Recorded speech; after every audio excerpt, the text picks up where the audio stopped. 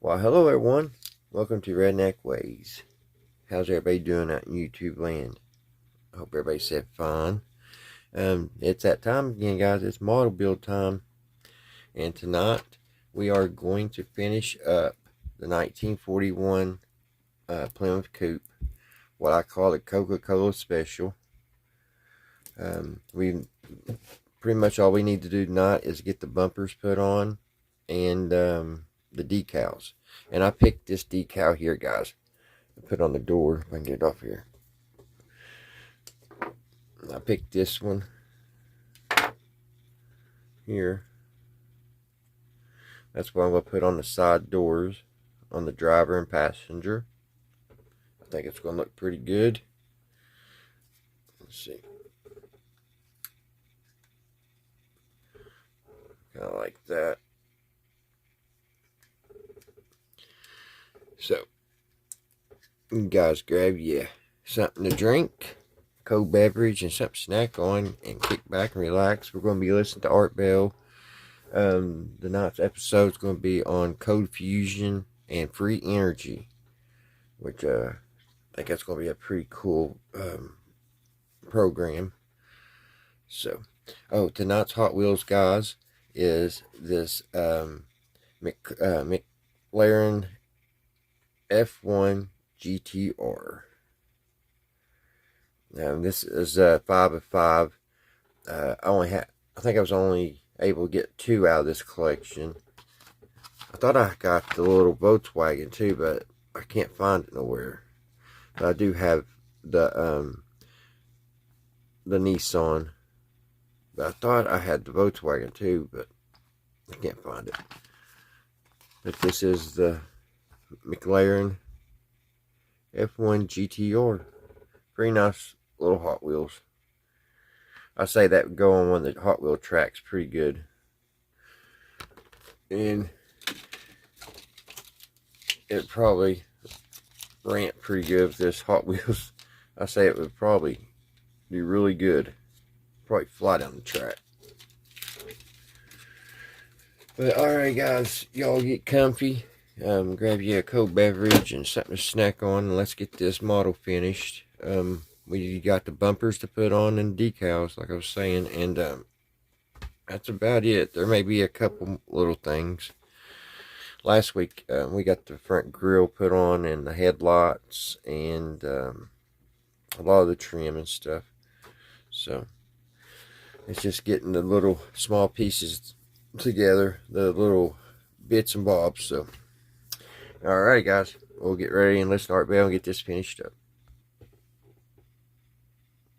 From the high desert, the great American Southwest, I bid you all good evening or good morning, as the case may be, and welcome to another edition of Coast Coast AM, actually from the Hawaiian and Tahitian Island chain out west, eastward to the Caribbean and the U.S. Virgin Islands, just about all points in between, south into South America, north all the way to the pole. This is indeed Coast Coast AM. I'm Art Bell. Great to be here, and we are going to scoop ABC's Good Morning America this morning, or this evening, as the time zone may dictate.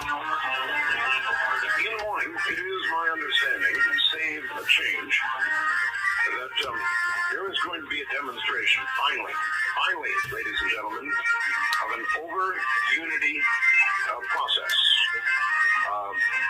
A process that yields more energy out than goes in. That's what over-unity is. Some call it free energy. Some call it over unity. You get the idea. In other words, very little to zero power in and many, many watts out. As a matter of fact, the working prototype water heater by Clean Energy Technologies, Inc. is going to be profiled sometime between 7 and 9 a.m. tomorrow morning, more likely close to 7 in your respective time zones. And I have been screeching about this for I don't know how long. And this morning, you're going to find out all about it before ABC's Good Morning America tells the nation about it. Because I have Dr. Eugene Maloff, who is editor-in-chief of Cold Fusion Technology magazine, with me. In a moment, I will tell you more about Dr. Maloff, and we'll find out what's really going on. So if you've been curious about this whole free energy field, we've got somebody qualified to speak about it coming up in a moment. Now, there is one other thing that we're going to do. Guys, I changed the tires. I took the white walls off, and I used these water tires. It made it look so much better. I had Dr. Joyce Riley on the program. You may recall, I don't know, it was about a week ago. These water tires look so much better. Between, I think it was about 2:30 and 3 o'clock in the morning Pacific time, so very late on the East Coast where it would not have been heard. Joyce Riley said something that rattled me to my center with reference to Michael Reagan. And it rattled. There's no question about it. And it probably rattled Michael Reagan, I don't know. I don't pay attention to these things, and I got a call tonight indicating that all week long Michael Reagan has been having at me. As you know, I don't go after other talk show hosts. I don't have the time nor the inclination for it. I do what I do here, and that's about it. However, he's been having at me, I'm told, pretty hard. Got a call about that tonight with regard to what was said by Joyce Riley on the program. Now, so that there is no misunderstanding about what was said, I intend to repeat it in about 50 minutes, so that whatever anybody's worked themselves up to in out there in terms of anger with regard to me, and I'm referring now to Michael Reagan, so that Michael Reagan does not misunderstand what was said, nor do you. I'm going to repeat that segment, probably about a little 5-minute audio clip of what Joyce Riley actually said about Michael Reagan, or perhaps more accurately, his producer. So all of that coming up. It should be a kind of an interesting evening, to say the least. A couple of announcements, and then away we go. One, I received this from a man at sea, Gus Darnell at sea off the Washington coast. Art, regarding the weather, check this out. Super Typhoon Nestor, N-E-S-T-O-R, 18.4 north, 147.6 east, maximum winds right now, 201 miles per hour. I've been a seagoing radio op for 27 years. Never heard of it. Captain been at sea over 20. Never heard of it. That is from John. Actually, I guess sent by John. So thank you, John. That is a monster typhoon, and there's beginning to be some action in the Atlantic as well. I think clearly, again, you don't have to be a candidate for employment at NASA to understand our weather is undergoing a rather radical change. All right, now, since 1995, Dr. Maloff has been the editor-in-chief and publisher of the bi-monthly Infinite Energy magazine, Cold Fusion, and New Energy Technology, based in Concord, New Hampshire, with a research lab and publishing facility in Bow, New Hampshire. He has, now listen carefully, a Master of Science degree, a Bachelor of Science degree in Aeronautical and Astronautical Engineering from the Massachusetts Institute of Technology. And he has a science doctorate in Environmental Health Sciences. That would be Air Pollution Control Engineering from Harvard. Wow. Okay, with hold on to broad it. experience in high technology engineering at companies including Hughes Research Labs, TASC, the Analytical Science Corporation, and MIT Lincoln Laboratory. He has also had extensive hands-on experience in lab settings, most recently in cold fusion.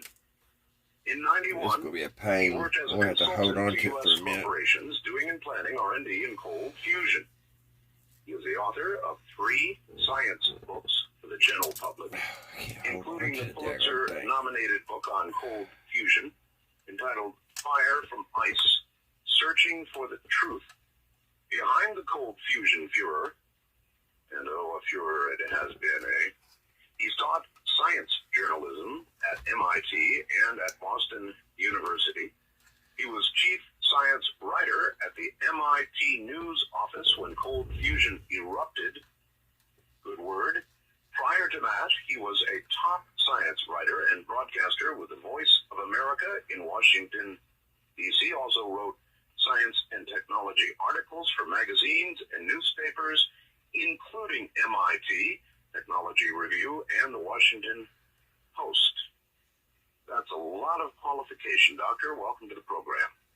Delighted to be on, Art. Thank you for having me. It is indeed. I know, about 20 after 2 in the morning back there. Oh, yes, indeed. Dark in Concord, New Hampshire. But this is a very, very timely interview in that finally tomorrow morning, a national network is going to show the nation something that has over unity gain. Is that correct? Yes, they will profile, as you said, the technology of a company that is one of the companies working in cold fusion, clean energy technologies. They have a prototype water heating unit, and can't quite buy it at Kmart yet, but there will be on national television. By the way, they have, to be absolutely clear about this and accurate, back in February 7th, 1996, on both Good Morning America and Nightline, I gotta get my fan, guys. I'm burning also up. profiled the same company with their earlier technology. They also did Pons and Fleischmann. But here we have a more advanced stage of development that, along the schedules according to plan, should appear on Good Morning America this June 11th. This is not the Patterson technology, is it? Yes, it is actually. But to be accurate, I don't know the latest configuration of their water heating unit. The Patterson configuration, which you refer, is a patented process. It must be called cold fusion, even though that is not referred to in the patent. That part of the patent office was rather generous to allow that patent through, because all the other patents, including the Pons and Fleischmann patent, are being outrageously blocked by rather arrogant officials who don't believe in data at the patent office. All right. Patterson has these coated beads with metal that, much like the Pons and Fleischmann. All right, let me read you what I've got here from the media alert release. It says, the working prototype water heater by Clean Energy Technologies, Inc. will be profiled. According to company sources, the device, which does not use Dr. Patterson's patented coated bead technology, but instead a new method developed by the company, has been producing continuously several hundred watts excess energy since last February. Yes. That is accurate according to my conversations with the head of Clean Energy Technologies, or CETI, as said. They've got a twist to this. I'm not sure exactly what it is, but my understanding it has something to do with instead of just a static cell, it is something where water flows through and gets heat from this usual cold fusion process, whatever the cold fusion process may be. But this process, this newer technology that they're bringing out, flows through piping and maintains a very extraordinary heating of water to the extent that was stated as hundreds of watts. There's no particular reason in my mind to think that it couldn't be scaled to almost any level. All right, well, what I was trying to be clear on here is Dr. Patterson's technology, the patented coated bead technology, apparently is not used.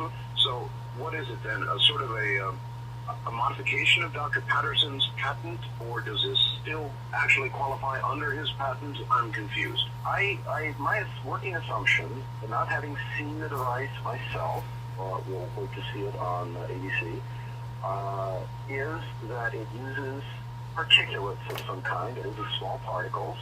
Could be a variant of that bead, but nonetheless not in a static mode. In other words, not held together in a tight small place, like a few cubic centimeters, such as the Patterson cell normally has, but perhaps these beads or some other particulate flowing through in an unusual manner in piping and still producing this continuous supply of heat. That is my understanding, my latest understanding. But I must say, Patterson cell is by no means the only cold fusion cell that is working on this planet today. I mean, there are numerous cold fusion, in quote, processes which are producing heat regularly, in some instances not so regularly. All right, let's back up a little bit, and let me ask you, first of all, what is cold fusion? Assume that you're talking to somebody, who has heard the phrase cold fusion, but has no idea what the hell it is. What is it? Well, let's go back to the first episode. Ponds. Everyone knows that ponds, not everybody, but most people will recall, if they're old enough, that on March 23rd, 1989, there was an amazing announcement coming out of the state of Utah and Salt Lake.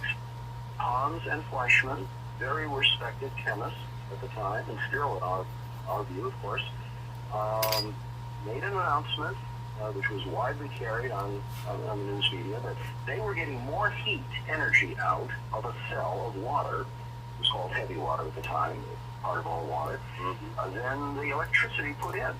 They were using heavy water, which, as I say, is part of all water. 1 out of every 6,500 atoms of ordinary hydrogen in water is a heavy form, and so that's called heavy water when you get it all together.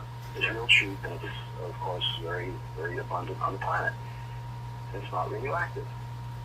They said, look, we had a little cell with heavy water and a salt that allows electricity to go through, and there's a palladium, a metal electrode, and there's another electrode called a platinum electrode. Pass the current through, we get heat out.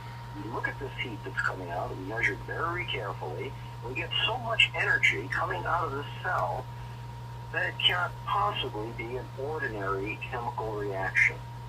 It must be nuclear, they said. How is one able to measure the fact you measure units of heat energy versus the amount of current that you're passing through the device? Right. Watts of electrical power in is a power measurement versus, let's say, watts or BTUs or any heat unit you want, Heat unit, right. coming out. Now, they were getting elevations in that over unity, in other words, more out in terms of heat units than electric units going in. Okay. And that is not an ordinary chemical reaction. Lighting a match, a match will in effect do that too, you realize. You just put a little bit of energy in and you trigger a reaction that produces a lot more energy out. Except in a chemical reaction, like a match or a candle or a log, it's self-limited. It just produces a certain amount of energy and then it goes out. Right. Well, in the case of a cold fusion cell, it doesn't go out. It goes for weeks or months, in some cases, for the better part of a year, okay, without stopping. And the question was, even to Pons and Fleischmann, that what is causing this heat?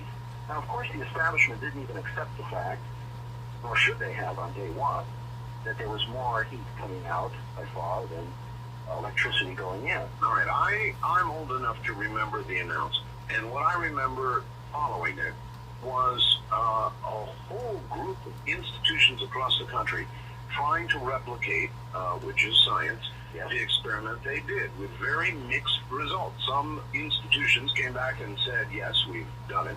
Others have said, it's failed. It doesn't work. And there was a great controversy that ensued.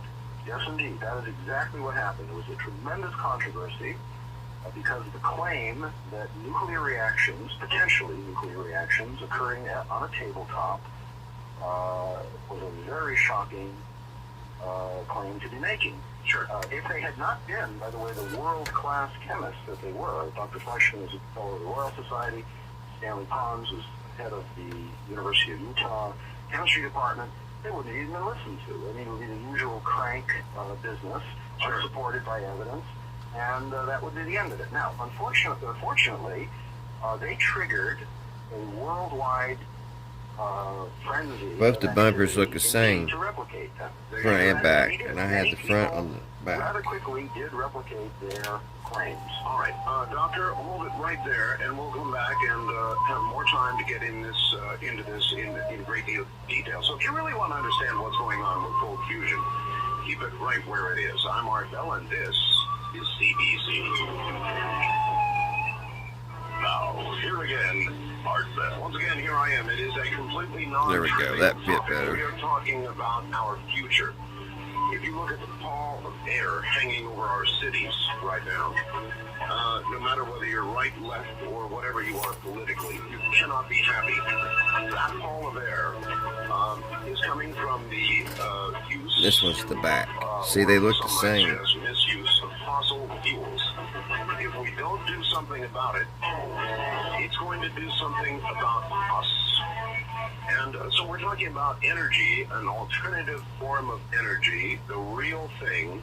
If you want to really know what's going on, you won't budge from where you are right now. Now, back to Dr. Eugene Meloff. I hope am I getting your name correct? Is it Meloff? Yes, that's a good, that's close. Most, Meloff, you're right on target, Art. All right. Good. Now, Pons and Flash. Here we had the demonstration and the great controversy. Some universities able to replicate, other universities saying they were unable to replicate. Where do we go from there? Well, again, this was the spring of 1989. It seems like a century ago to us in the Cold Fusion War.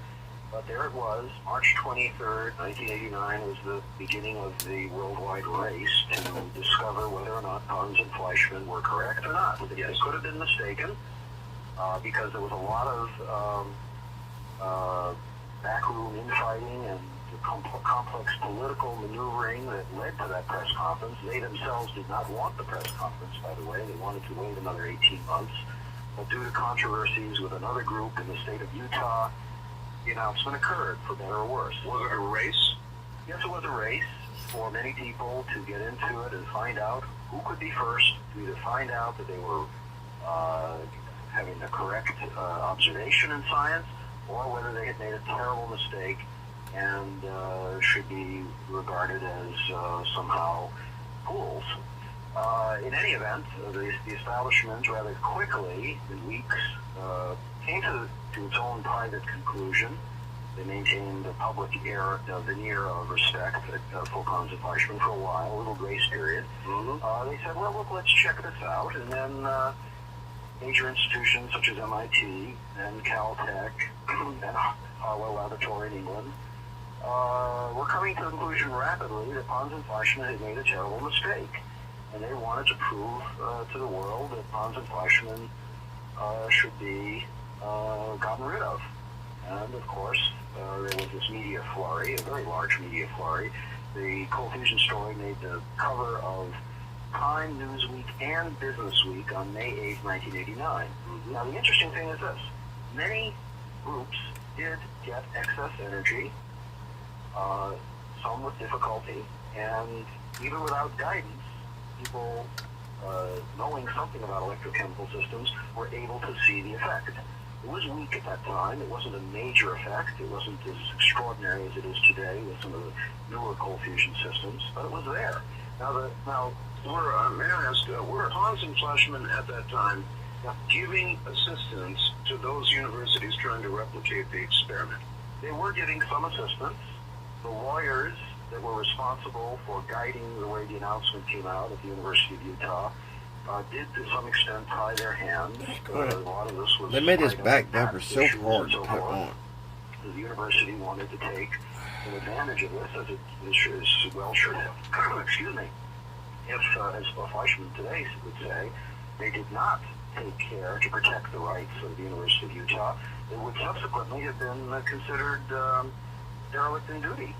But they did, in fact, give some assistance, and in point of fact, even in those cases where not much assistance was given, the effect was replicated. Now, the high-profile places, such as MIT, Caltech, Harlow Laboratories, and a number of other places that did rather quick work, claimed not to have gotten the effect. Now, today, this is of only historic importance, because those high-profile places, their results were very much used by the U.S. Department of Energy panel that was set up to investigate this as a certification that this was a terrible mistake. All right, Doctor, in your best estimation, why did these high-profile universities, why were they unable to replicate the experiment? Let's take the three now the front bumper fell off. that were used then by the Department of Energy and still used in the mythology against cold fusion as to what was going on. Now, in the case of Caltech, they published, the Nate Lewis team published in Nature magazine extensive reports on their heat measuring experiment. Yes. It turns out that they published interesting data, very interesting data, except they analyzed it improperly. You know, in fact, if you look at it, high school algebra and common sense, when you get down to the nitty-gritty on the complexities, indicate that it's fundamentally improperly analyzed. At worst, it's an ambiguous result. At best, there was some evidence of excess heat. Certainly, under no circumstances is that work to be regarded as a definitive negative. And well, again, this is all historical. All right, well, and I want to hear the history. Would you characterize that report as a benign mistake or otherwise? I don't consider it a benign mistake. Not when the subsequently to the publication of the Caltech result, several excellent electrochemists and chemists and engineers sent scientific correspondence to Nature magazine asking the ordinary question, look, we see some fundamental simple errors in algebra and other things in this report. Finally got them We want on. to publish our letters that show the error that they have so that the record can be corrected. And Nature magazine, which was on the warpath against cold fusion at the time. Why?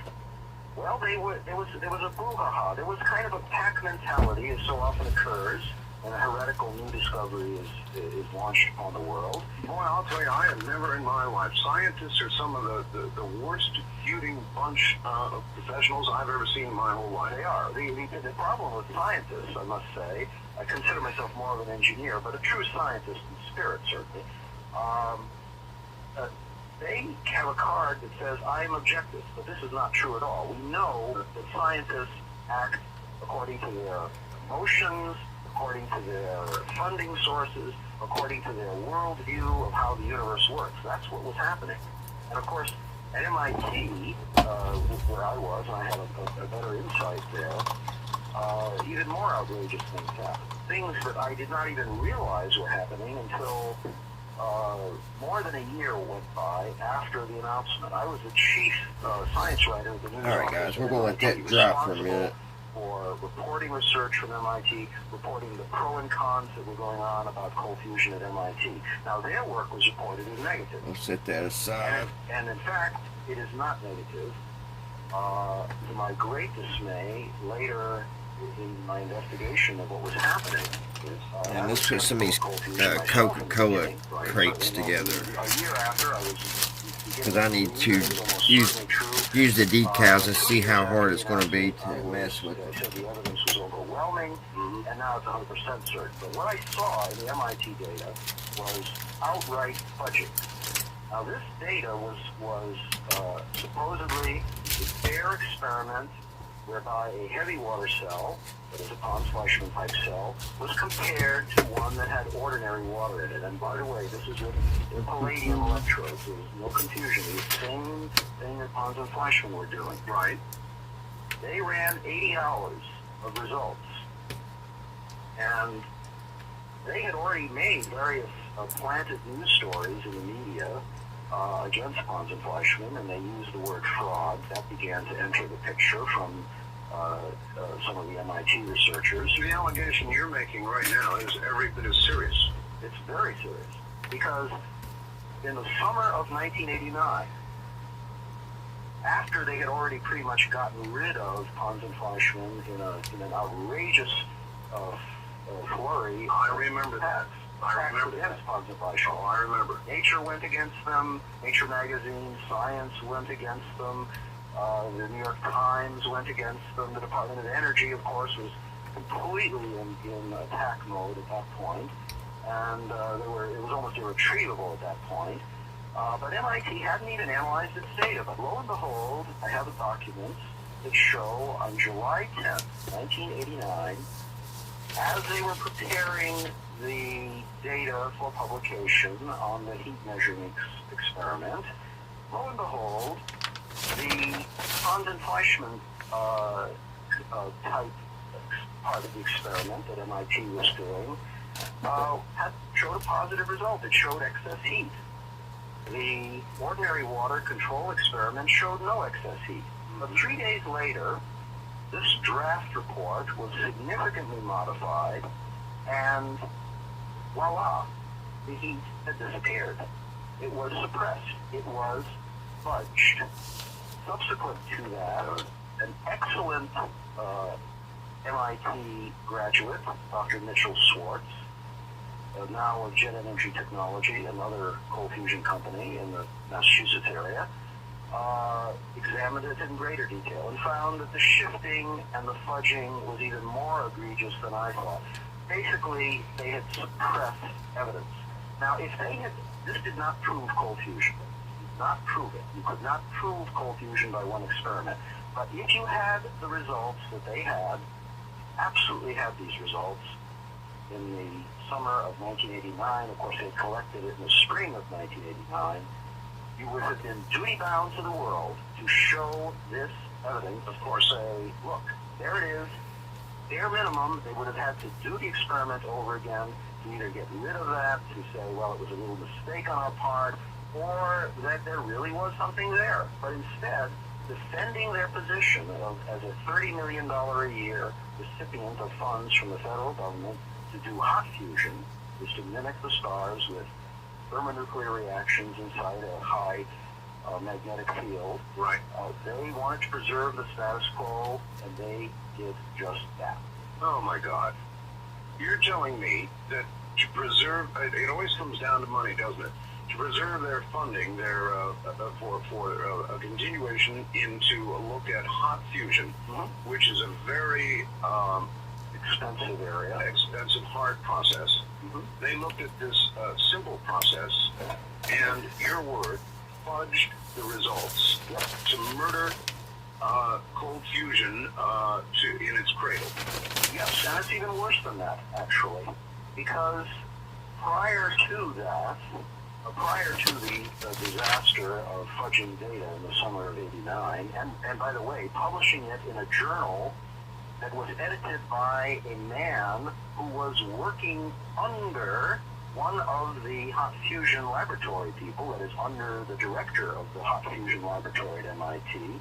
Talk about peer review, having a sort of pressure put on. There would be no question that this data was going to be published and certified as some sort of peer-reviewed piece of work. It was just incredible. But what they did earlier in the spring of '89 was to tell one of the major newspapers in Boston that they had found evidence of fraudulent activity on the part of Hans and Fleischmann. And this is what happened. I well remember the day. I was called at midnight by the director of the Plasma Fusion Center, the Hot Fusion Lab at MIT. Yeah. And he said, look, CBS News is telling me that the Boston Herald is going to have this story that says I said that Hans and Fleischmann were possibly guilty of fraud and schlock science, scientific schlock. And of course, at the time, being green and not knowing what was really going on, I respected this professor. I thought that he was probably correct, and the Boston Herald was misinterpreting what he had said. He wanted me to issue a retraction over the AP, UPI, and so forth, which I did, of course, not knowing any better at the time. I assumed he was correct and was not deceiving me. It turned out that he was not correct. It turns out that the very words he used against Hans and Fleischmann to plant the story against them and set the F word in motion, the fraud word, became very popular then. This report of his behavior was wrong, and he almost got a reporter fired. If that reporter had not had an audio tape of his interview with the director of the Plasma Fusion Center at MIT, that reporter would have been fired on the spot. That was the opening shot, I would say, of the war against Hans and Fleischer. All right, so that war... It's saying to paint you the think box began tan. not because of some deep, dark Let's see what oil it looks company like. conspiracy, Not at all. but rather a war over funding for alternative energy, hot fusion versus cold fusion. Absolutely. The hot fusion program, it's got then from the federal government over $350 million. This is magnetic hot fusion, not to say there's another hot fusion, which is the laser inertial hot fusion, which now they want more and more billions of dollars for that, and that's a weapons-related project that can't honestly be sold as energy. Well, it'll probably get the money. It will. But back then, the hot fusion people at MIT and Princeton and elsewhere were deathly afraid that the federal government was going to shift just a little bit of that money, maybe $25 million was being talked about in Congress, to investigate cold fusion. And they didn't want that to happen. They were terrified that their system, which they've been working on for decades, would collapse. You have to understand, Art. But I mean, we're talking about scientists who are supposed to be dedicated to the truth and finding out what's real and what's not, what's possible, what's not, what can be replicated and what cannot. And you use the word fudge. There's lots of other words I could think of that would be more appropriate. I would characterize it, and I will characterize it, as utter fraud. And in fact, the fraud magnifies itself as every year goes by for the following reason. In the beginning, they thought, well, we can get away with this, or a lower echelon person perhaps thought, look, my boss doesn't want to see these results looking positive, so I'll make them look the way we all know they are, namely there can't possibly be anything here, so let's just wash it away. You have to understand, these people did not believe they had a positive result. They believed that they just had a result that looked sort of positive, but it didn't matter anyway, so why not fudge it, okay? That's what they thought. Why not fudge it? Why not fudge it, Doctor? You heard me at the bottom of the hour.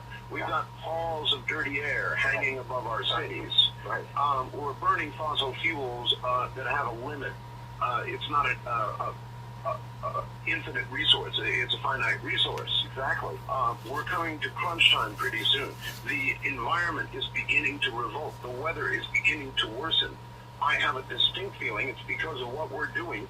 And so what you're saying is very non-trivial. You're saying these people, for the sake of grant money, squashed something that could have done something about all of this.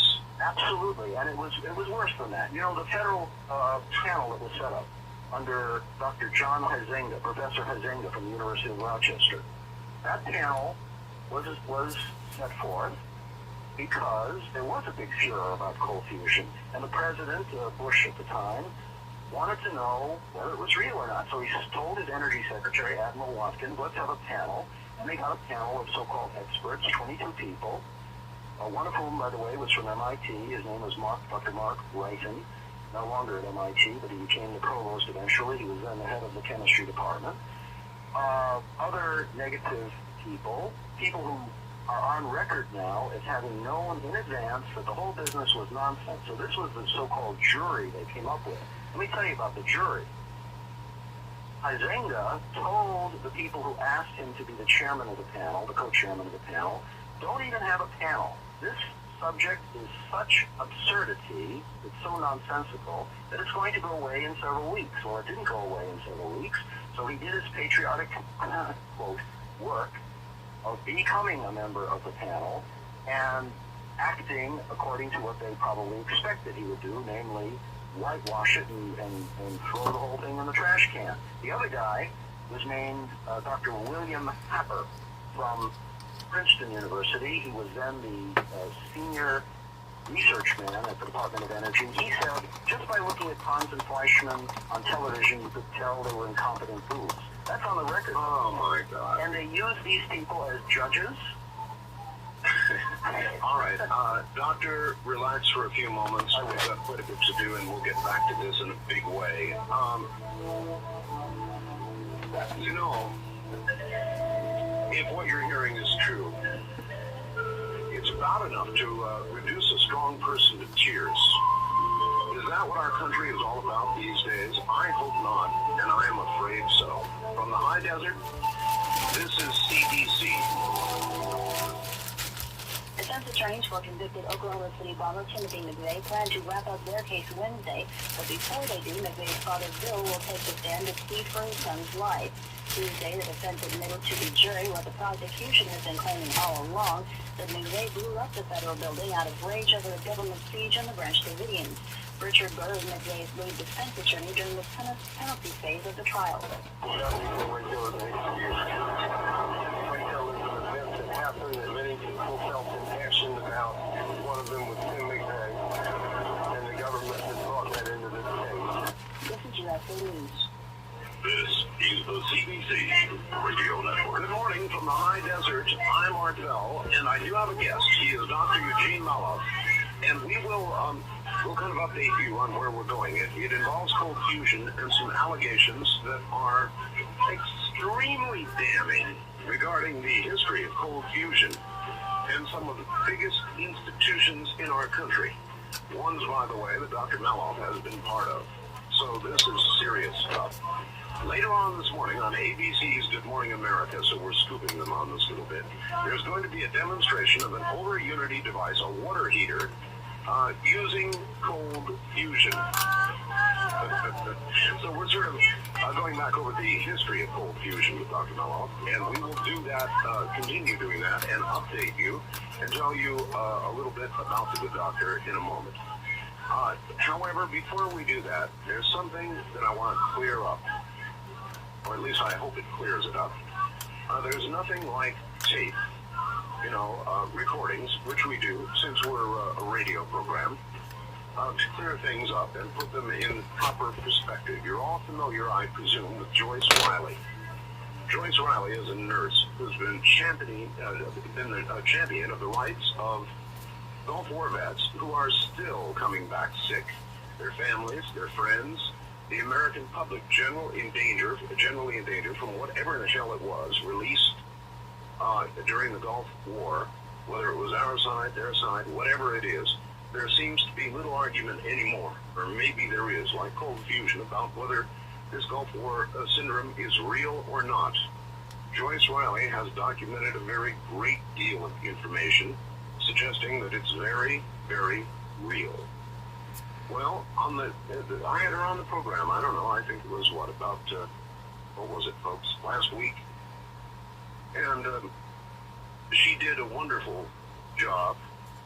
However, during the course of the interview, there was a reference to Michael Reagan.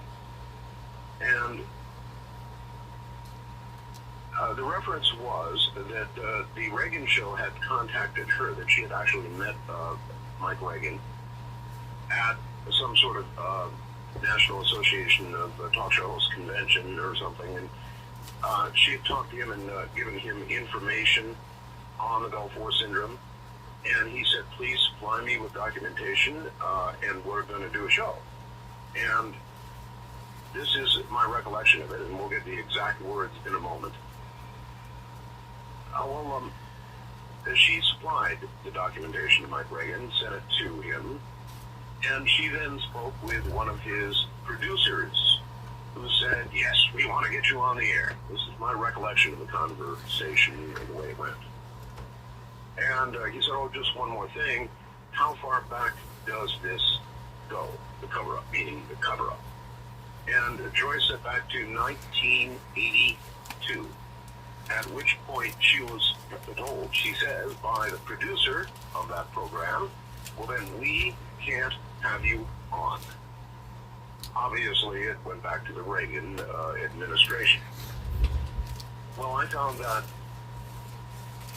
extremely distressing and shocking. And I don't attack other talk show hosts.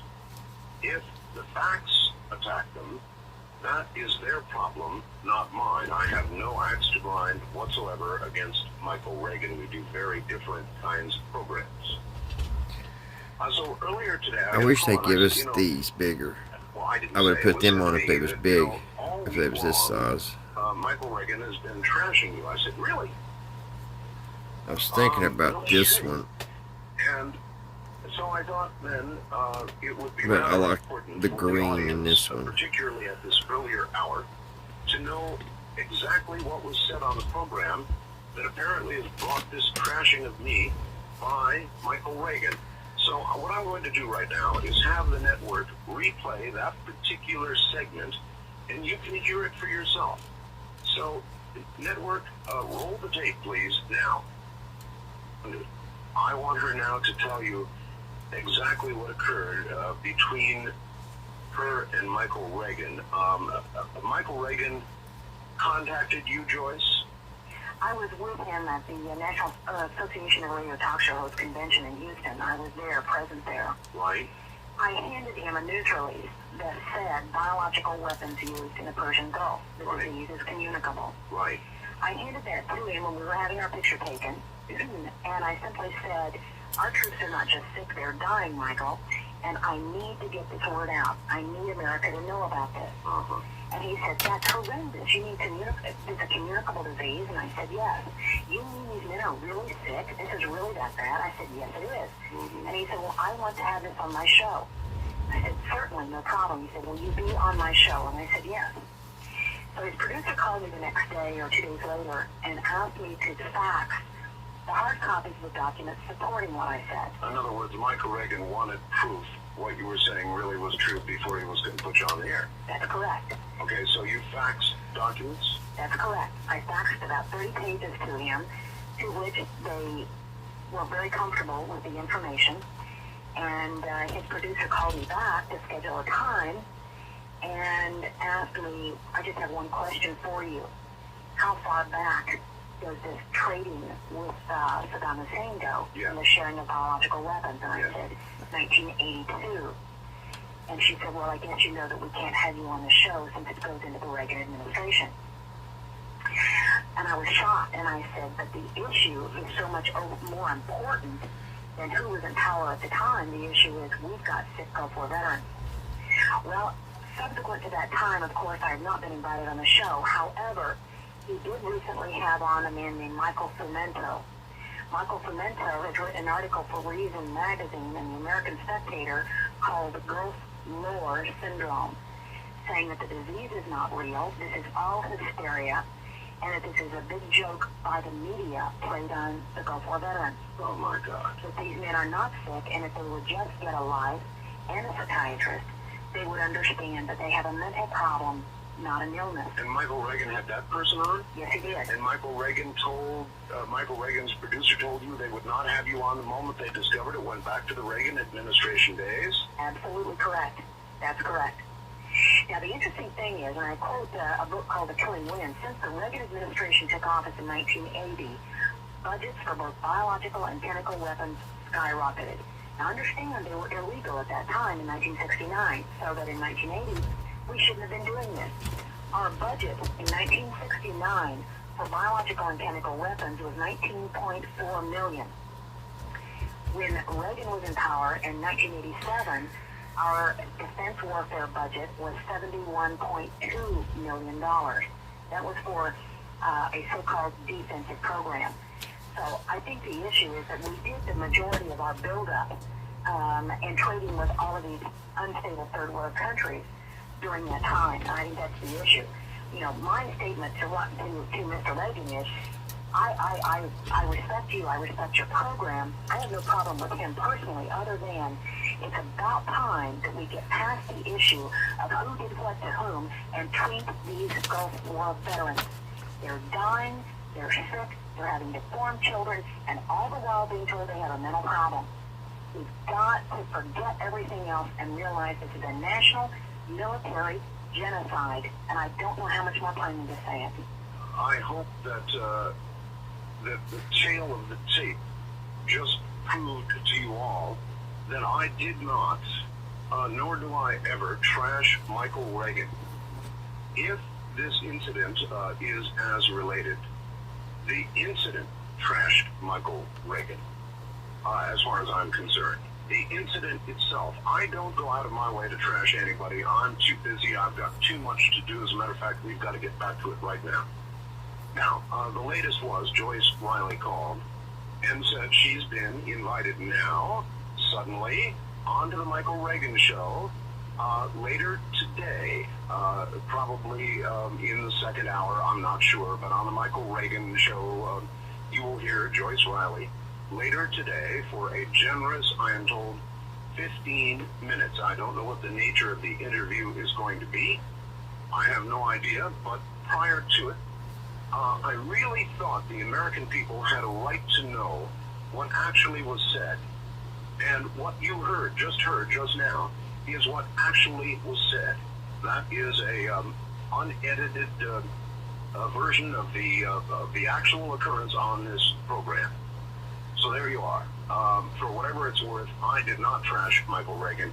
If he wishes to be trashing me, go right ahead, Michael. But I certainly did not trash you. If anything, my friend, you trashed yourself. Enough said. We have business to do here. What we're in the middle of right now is very profound. As you all know, and I've said it a number of times now, look at any of our major cities, you will see a pall of dirty air hanging over them. This is not the only effect of burning fossil fuels, which have which are of course a finite item. We're going to run out of them. We need energy. Dr. Meloff has made some incredible allegations regarding the early work of Pons and Fleischmann and some of the institutions that tried peer reviewing that work. He has said quite plainly that these institutions, and I'm quoting, fudged the results in order to squash cold fusion, in order to get, and I hope I'm getting this right, in order to maintain the level of grant money that was being given to the government for hot fusion. This is completely unacceptable. So that you know who you're hearing, let me again tell you, Dr. Meloff has been editor-in-chief and publisher of the bi-monthly Infinite Energy magazine, Cold Fusion and New Energy Technology, based in Concord, New Hampshire, with a research lab and publishing facilities in Bow, New Hampshire. He has a Master of Science degree, a Bachelor of Science degree in aeronautical and astronautical, that's correct, engineering from the Massachusetts Institute of Technology, MIT, and a science doctorate in environmental health sciences, air pollution control engineering from Harvard University. With broad experience in high technology engineering at companies including Hughes Research Labs, TASC, the Analytic Science Corporation, and MIT Lincoln Laboratory, he's also had extensive hands-on experience in laboratory settings, more recently in cold fusion. Since '91, he has worked as a consultant to U.S. corporations, doing and planning R&D in cold fusion. He is the author of 3 science books for the general public, including the Pulitzer-nominated book on cold fusion, Fire from Ice, Searching for the Truth Beyond the Cold Fusion Furor. He has taught science journalism at MIT and Boston University. He was chief science writer at the MIT News office when cold fusion erupted. Prior to that, he was a top science writer and broadcaster with the Voice of America in Washington, D.C., and also wrote science and technology articles for magazines and newspapers, including MIT Technology Review and the Washington Post. And I apologize, Doctor, for stealing the time away from you. I had to get that on the air. Gotta have the antenna on. It was the 50s. Actually, it's 41, right when radio came in. Well, you know, it was already there, but it was just getting good. Of course, about that controversy that you just aired, but the facts are as presented, as I presume they are. It shows how sometimes, or very often actually, human beings do not act in the most ethical manner when embarrassing issues or let's say conflicts of interest occur. In the case of cold fusion, let me spell out what the conflicts of interest were back in 1989.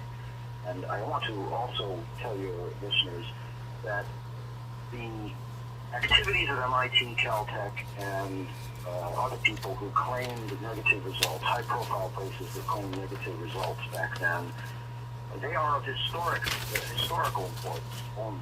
They do not reflect on whether or not there is a reality to cold fusion today, because the experiments that are now published over and over again, the work in Japan, the work in China, Italy, France, Russia, etc., provides overwhelming proof that we are dealing with a new scientific and emerging commercial reality. However, it set the course in a very negative way back in the spring of 1989. All right, but later on this morning on Good Morning America, there will be a demonstration of is it proper to say cold fusion? That is, I would say that, yes, the word cold fusion, we have to say this. It's only used because that's the name that originated back then, that there might be a nuclear type reaction akin to, let's say, the hot fusion reaction that occurs in stars. All right, this will be a water heater, practical. This is what I've been asking for, some sort of practical device that actually demonstrates the process works. So they're going to bring a water heater out that has been operating now for how long? Months since February. You have to understand, by the way, this is a rather significant event in that it represents one company of many cold fusion companies now, or not dozens or hundreds, but a handful of companies within the United States that are perfecting this technology and have reached levels of hundreds or even in some cases thousands of watts experimentally, not always with consistency. But here's an instance which apparently, I'm saying apparently since I've not personally tested this device, I look forward to doing it, has hundreds of watts capability, definitely verging on the kind of technology that for many years now, since we knew cold fusion was real, we predicted would occur. Is it economically viable? Absolutely, it's going to be economically viable. This energy source is immensely powerful. First of all, the fuel cost is essentially zero. Zero? Zero. And what do I mean by zero? Yes, what do you mean? What I mean is this. The capital cost of the equipment, of course, will be something. When cold fusion technology is finally on the market, as it will be, okay, we will have installations that cost no more than, when the mass production takes over, than your ordinary oil burner or gas burner or whatever else you're using today. But there will be no deliveries of oil, there will be no deliveries of natural gas, no meter for electricity. There might be some periodic incidental changes of materials, and we do not believe, by the way, that the materials required for advanced cold fusion technology will use precious metals such as palladium necessarily. It might be involved, but unlikely to be limiting the process. It will be simply the changing of certain filters, incidental matters of this sort, normal upkeep. But the fuel cost will be zero. I cannot emphasize that enough. Water is essentially free, right? That's what we're talking about. Now, the implications of that were clear on day one. In fact, all the news media back in the spring of 1989 asserted that fact. It was clear that if Pons and Fleischmann were correct, which was the only issue at hand, not politics, not how well they announced their claims or whether it was a news conference or not a news conference. The only issue at hand on the table in 1989 should have been, do they have a valid claim? Now, the shocking news is this. Numerous people began in the spring of 1989 to report positive data. This was all filtering in and inundating the Department of Energy panel that was so-called investigating this. Instead, what the Department of Energy did with that data was to trash it utterly. What they did was a kangaroo court with biased witnesses. And what was that date, by the way, 89? 89. 89. The report issued and almost immediately. The summer of 89, they had their conclusion. They finalized the report in the fall of 89. Doctor, hold on. We're at the bottom of the hour. We'll be right back. Dr. Maloff is my guest. I'm Art Bell. This is CBC. Now, here again, Art Bell.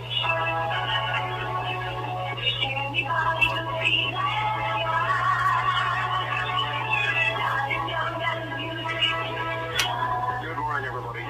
Music is good. It soothes, you know, when you're simmering, it soothes. You know, I could accept the fact that perhaps the oil companies, with all their power, the energy companies, the utility companies, would want to suppress something like cold fusion. But to imagine cold fusion was, in essence, back then anyway, killed because of jealousy over grant money is almost too much to bear. And that is exactly the story that we've been hearing from Dr. Maloff. And we're going to get back to him right now. Doctor, I've got a fax here that asks at some point, could you please discuss this form of energy production as it relates to the second law of thermodynamics? In other words, entropy, you cannot break even as in decay. And then he goes on to say, believing exactly what you're saying, I wonder how many people out there actually realize what all this means on many levels. It is indeed astounding news. Yes, but let me try to address that question. Very appropriate and interesting question. Actually, the first law of the thermodynamics, the energy conservation law, is the one that is in reality much more important than this issue. All right. Cold fusion. When you have any device that appears to give more energy out than you're putting in, you begin to wonder, well, am I making a mistake of some sort, or in my calculations or my analysis of this system? Now, let me point out, there are systems today that if you did not understand how they work, you would say that the conservation of energy was being violated. I'll give you a very simple example. All nuclear power plants today. If you did not know that a nuclear power plant had a nuclear reaction going on in the metal rods, uranium and so forth, you would see water going in one side of the nuclear plant at one temperature, cold, and coming out hot on the other side, and seeing its steam generating and generating electricity. And you say, my God, this plant is violating the first law of thermodynamics, conservation of energy. Sure. Well, of course, we don't say that because we understand that a nuclear reactor, a fission nuclear reactor, such as you all are familiar with, it works by known principles. But if you did not know that, if you brought that back to the 19th century, It would be magic. it would be magic. And you would, and the people in the 19th century would say of this wonder, they would say, where is the coal? Where is the oil? Where's the wood? Where's the smoke coming out of the stack? And then they would probably strap the scientist who claimed to have invented it to a wood pole and burn him alive. Now, that's exactly what we're talking about with cold fusion. We're talking about a new type of energy that happens not to produce deadly radiation, thankfully, that happens to produce stupendous energy density. The energy density in these, that is the concentration of energy in some of these cold fusion cells, experimental and otherwise, is quite large. It is thousands of watts per cubic centimeter. That is, something about the size of your thumb would contain energy of thousands of watts of power. Now that is big. This is a very concentrated form. It is not producing deadly radiation. The big mystery about cold fusion has been, since 91, when almost any serious person looking at the data would have to say that it was either certainly true or was building strongly in that direction. Now it's 100% certain because we have not only extremely good technical papers on it, showing the evidence clearly by extremely good organizations, but we have the beginnings of commercial products. All right, most people, I think, have a basic understanding of a nuclear reactor and the fusion process. Fusion process. How do we delineate and explain the difference between that and what apparently is going on with cold fusion? All right, let's give a tiny, as non-technical as we can, tutorial. Yes. Fission nuclear power began with, in most people's minds, the atomic bomb that was dropped on Hiroshima and Nagasaki. Sure. And that is uranium or plutonium obtained, a particular isotope of uranium, U-235, which had to be separated and concentrated in the Manhattan Project, a great tour de force. That is a power whereby a large, massive atom, such as uranium, is split. And nature provides this technique very simple. You just take a batch of uranium, make it pure enough and small enough, and smash it together with ordinary explosives, and you will get a chain reaction which splits many uranium atoms and then you get a bomb. And releases the energy all at once. And releases it all at once. When you do it in a fission reactor, such as the power plants that we have around the country today, yes, you do it slowly. Fission occurs slowly in a controlled manner, such that it doesn't explode. There's no possibility of exploding in bomb-like state. There are some hazards involved, but nonetheless, in the U.S. at least, it's been fairly benign. Right. Okay? Now, there's another form of nuclear energy that people have known about. Not fission, not the splitting of heavy atoms, but the joining of light atoms, as in hydrogen. Now, that's what the sun is apparently doing. In the core of the sun, where it's 20 million degrees, An ongoing hot fusion reaction caused readily by the fact that the sun is enormous, it has gravitational containment of the fusion reaction, and so it burns for billions of years. Not burns literally, but fuses. Hydrogen becomes helium. Okay? Helium is a different type of element. Right. It's a change in elements. Right. That's fusion. Now, Okay. fusion is also used in hydrogen bonds, in thermonuclear bonds, the kind we have in our arsenal, the ones that are 1,000 times as powerful as the Hiroshima bomb. The really big things. The really ones that could, if they ever were released, one single bomb would take out a city easily. Okay? Okay. Now that's hot fusion. And the other kind of hot fusion, of course, is what the government has supported for over 4 decades at universities, which is a tour de force to mimic the stars, to make a controlled fusion reaction. And to try to contain it, I take it with Magnetic fields. magnetic fields. And things of this sort. Now, let me just tell you, to show what I hope people will perceive as my integrity. I am a man of integrity. I always supported that. I always thought it was a good idea to put research money into that process, even if it were to cost a lot of money. No, it makes sense. Okay, if you have a potentially infinite supply of water, energy, Certainly. it would be wonderful if we could get to the goal. All right, where are we now, presently, with the hot fusion technology? I've heard reports that they've achieved it for very tiny amounts of instant portions of a second or something or another. Yep. Where are we? We are nowhere. Okay, there is no chance that this technology of hot fusion is ever going to produce a practical reactor. I say practical. I know my engineering judgment tells me, of course, if they were given enough money, decades from now, we might have a very large football field size or a very large complex reactor that indeed would be a central station producing electricity. Give them enough billions, they'll do it. All right? Yes. Cold fusion, of course, it's real, and I believe there's no question that it's real. It's being commercialized at this point. Is so much better that is, it doesn't produce deadly radiation as hot fusion would if it were. May I ask you a question about hot fusion? Yeah. With fission, as you pointed out, there is not really a great danger of explosion. Of course, there could be the China syndrome, there could be meltdowns and so forth. But generally, there is not the risk of a gigantic explosion. There certainly could be the poisoning of people if materials were melted.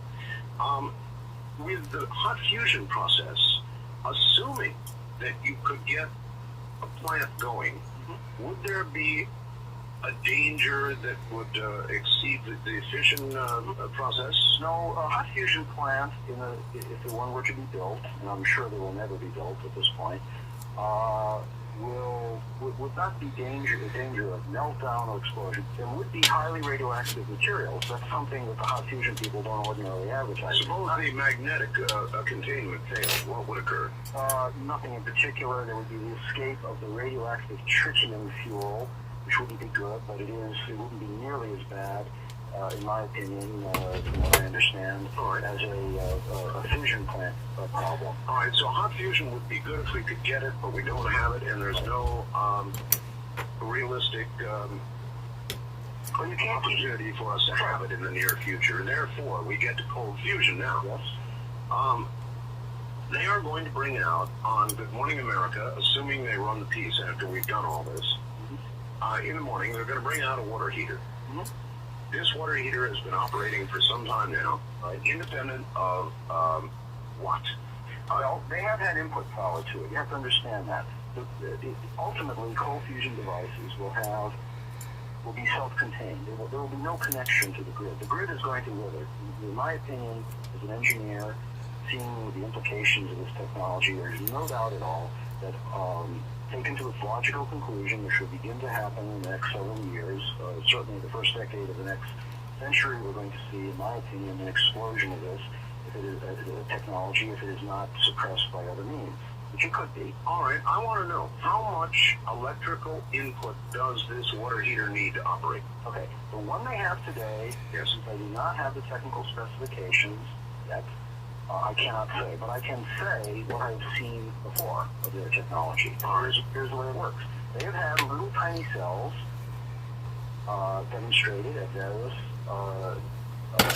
symposia and cold fusion meetings and commercial exhibits, which have, let's say, 1 watt of input power or several tens of watts of output power running continuously. And any engineer with an electric meter measuring the input current and voltage and measuring the temperature in and the temperature out could easily determine that the output was about 30 or so times the input power. All right. Now we get to matters of measurement. Art, would you please ask the doctor if this over unity is merely pointing out an error in units, i.e., perhaps a unit of electricity is not equal to a unit of heat? That's a very interesting concept, but it is not. I'm glad to say that there's no mistake here. Okay, I'll give you another example. My colleague Jed Rockwell, at one of the meetings in which the clean energy technology cell was being run, one of the earlier versions, Yes. they had 1.4 watts of electrical power going into the cell. This was in a hotel suite. Yes. Out of the business end of the cell, Yes. the heat transfer piece of equipment was coming something on the order of 1,300 watts. That was only going for several hours in that condition, and it was sufficient to make the hotel suite very uncomfortable. It was like a hairdryer from 1.4 watts. Now, 1.4 watts is on the order of a small nightlight, or less. Yeah. So you don't get a hairdryer heating effect, I'm sure most of your listeners would agree, from 1.4 watts. I agree. There's no mistake. Now, the issue has to do with power and energy. Now, the energy is the interesting thing. Power is just what you measure in one instant. Okay, it's 1,000 times the input power, and that's impressive. But you know, a match can do that. Instantaneously. Instantaneously, but it won't go on indefinitely. Right, Now, and this is a continuing process. This cold fusion is a continuing process. right. Now, Motorola tested one of the Patterson cells. I'm very impressed with the results because what they did is they got it up to temperature, 65 degrees centigrade, water going in, and there was some electric power going in, and there was 60 degrees centigrade, going into the cell, and 75 degrees centigrade water coming out, with a little bit of electric power in, was producing about 20 watts. However, they then turned off the input power when it came up to speed, and it went on then, this little tiny cell, with that same temperature difference, with no input power, zero input electricity, for days. I have the data, and we published it in Infinite Energy magazine, showing that at least for 11 hours it was dead on straight. So in other words, here you have a device that once the input power is cut off, you have an obvious, documented, continuing process underway. Exactly, and there can be no mistake when you have water flowing through a hot object. If it is a trivial effect, if it was just like a hot rock placed into a water stream, the water, as any of your listeners would know, should cool the hot rock, and that should be the end of it, and the process should stop, and there should be no temperature difference between input and output. But there is a temperature difference, and this effect has been seen over and over and over again in cold fusion. This is no joke. Now, furthermore, nuclear changes have been seen. Here's where we have the evidence of the process going on. All right. There's no doubt about that. What occurs? Well, a whole host of things occur. To ask what is cold fusion is about the same as asking what is chemistry at the beginning of chemistry. If you were to say what is chemistry in the beginning of, let's say, the 19th century, you know, it would be like asking for an encyclopedia. We are seeing art just the tip of an iceberg. In one instance, some excellent Japanese work and American work by the Navy people at the Naval Surface the Weapons Center in California, China Lake, they have seen helium as a production. Professor Arata in Japan, who, by the way, was one of their original hot fusion people, now firmly in the cold fusion camp, he has seen in the recent excellent publications helium-4 produced, or that is the ordinary form of helium that you find in toy balloons. Sure. Another form of helium called helium-3, which is extremely rare on Earth. So when you see it in an experiment, you know, my God, you're producing a new element from hydrogen. So in other words, in the process of cold fusion, they're finding helium-3 And helium-4. and helium-4. But also in these Patterson cells and in other cells, such as Professor Dash in Oregon and Dr. Mizuno in Japan and a number of other people we could cite, they are seeing the changes in heavy metals. Now in the case of the Patterson cell, where you have metal coating these plastic beads, what you get are changes in the thin metal, which have been looked at by Dr. Miley of nuclear engineering at the University of Illinois, and they find dramatic changes. They're quite akin, in a way, to fission, but one important difference. They are not radioactive. Benign. They're benign. So it is like the gift of the gods. I have to say that. It is like, what could be better than finding an omnipresent fuel that we don't have to fight over, namely water? Actually, it does get better, because it is my understanding, and you're going to have to explain this, that it is possible to take some of the high level waste we have, which, by the way, they plan to store next to me out here, or in New Mexico. Yes. And in this cold fusion process, somehow cause it, and I'm not a scientist, so I don't know where I'm going to cause it to disappear, to decay. To transmute quickly and cheaply. That is the other thing that the Good Morning America show should reveal, because we know they've done this and we know they filmed it. They take uranium and thorium, which are both radioactive. This is not high-level waste, by the way, that they use in these experiments, but it's just a principle in any event. It could be done for high-level waste. You take the uranium and thorium, you put it on Patterson beads, and you apply this very minor, very benign electricity, Yes. and you get, within a period of hours, you get elements, but it's just... Alright guys, I go on and on listen to Art Bell. Alright guys, she is finished. Do our little reveal here. But that is, there's an old Coke bottle here. I should have got a cleaner Coke bottle. There she is, guys. Let's get the...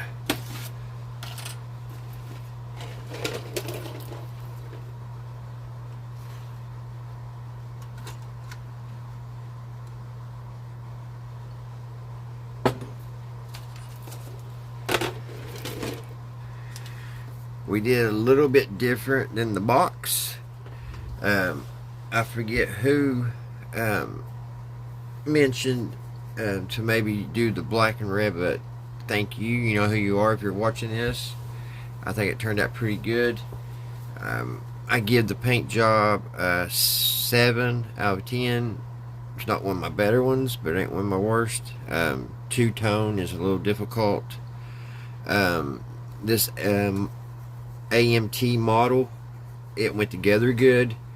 Instructions was easy to follow, and everything just fit really good.